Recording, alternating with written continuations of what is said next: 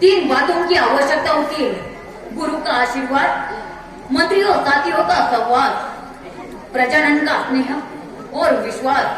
आज मुझे तीनों ही प्राप्त हो गए, इसीलिए मैं बड़ी प्रसन्नता के साथ इस राज का स्वीकार करना चाहता हूँ। परंतु मेरे मन में एक शंका है। इस राज सिंहासन पर बैठने से पहले आप सब लोग उस शंका का समाधान कीजिए तो अच्छा होगा। क्या शंका है आपको राजकुमार भरत? कुछ दिन पहले मेरे स्वर्गवासी पिताश्री महाराज दशरथ ने एक ऐसी सभा आयोजित की थी कि जिसमें आप सब लोग उपस्थित थे। क्यों? उस बड़ी सभा में महाराज दशरथ ने अपने पुत्र श्री राम के ऊपर राजपाल सौंपने का प्रस्ताव रखा था और आप सब ने एक साथ एक आवाज में श्री राम के पक्ष में अपना मत दिया था। क्यों? मैं पूछता हूँ क्यों आपने श्री राम के पक्ष में मत दिया था? क्योंकि राम जैसे राजा किसी देश को भाग्य से मिलता है। बिल्कुल ठीक था। फिर आपका मत लेने के बाद राजा ने अपनी एक रानी के कहने पर सर्वसम्मति से दिए गए जनमत को ठोकर मारकर अपने प्यारे श्री राम को घर से निकाल दिया और वन में बेच दिया और अपनी एक चहेती रानी के पुत्र को राजा बनाने का निर्णय दे दिया। तब आप में से कोई उठा था ये पूछने के लिए कि हमारे मत का क्या हुआ?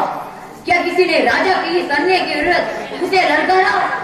क्या आप में से किसी ने विद्रोह की आवाज उठी है? उन्मत का अधिकार होना अच्छा है, परंतु जो उस अधिकार की रक्षा नहीं कर सकते, उस अधिकार के लिए लड़ना नहीं जानते, उनका यही हाल होगा। बहल हो गए षड्यंत्र से उन पर इसी तरह राजा तोप दिए जाएंगे जिसी तरह आज आप पर मैं तोप दिया जा रहा हूँ। क्या आपको लगता है इतिहास में ऐसा ही होता है? कदापि नहीं है। तो फिर उठिए और उठाइए और राज मुकुट और चलिए मेरे साथ वन। जिसका ये अधिकार है उसका राज्याभिषेक वही बंद करके उसे अपना राजा बनाकर अपनी अयोध्या वापस ले आए। परंतु क्या श्री राम ये बात स्वीकार करेंगे? क्यों नहीं करेंगे? ये मेरी प्रतिज्ञा है। आप लोगों ने ये कैसे सोच लिया कि जिन महाराज दशरथ ने अपने वचन के लिए अपने प्राण दे दिए और उसी श्री राम ने अपने पिता के मुख से ना कहने पर भी सर्वसम्मति से अपने वचन के आन रखने के लिए उधर भरा पूरा साम्राज्य तिनके की तरफ छोड़कर वन का रास्ता पकड़ लिया। उन्हीं दशरथ का पुत्र होकर उसी श्री राम का छोटा भाई होकर ये भरत ही ऐसा निष्ठ निकलेगा जो बड़े भाई का राज हड़प कर जाएगा। लेकिन राज पर केवल बड़े का ही अधिकार है। श्री राम मुझसे अवस्था में पड़े और श्री राम मुझसे अवस्था में पड़े। जो वस्तु अपनी नहीं उसे लेना पाप है। मैं गुरुजनों से प्रार्थना करता हूँ ये पाप करने की मुझे आज्ञा न दे। मैं इस राजसभा के बीच खड़ा होकर ये घोषणा करता हूँ कि अयोध्या के राजा केवल राम है।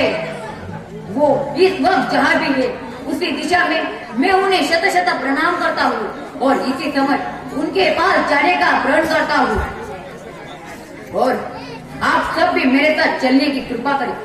गुरुजन, मेरा ये संकल्प सफल हो यही आशीर्वाद मुझे प्रदान करिए। धन्यवाद।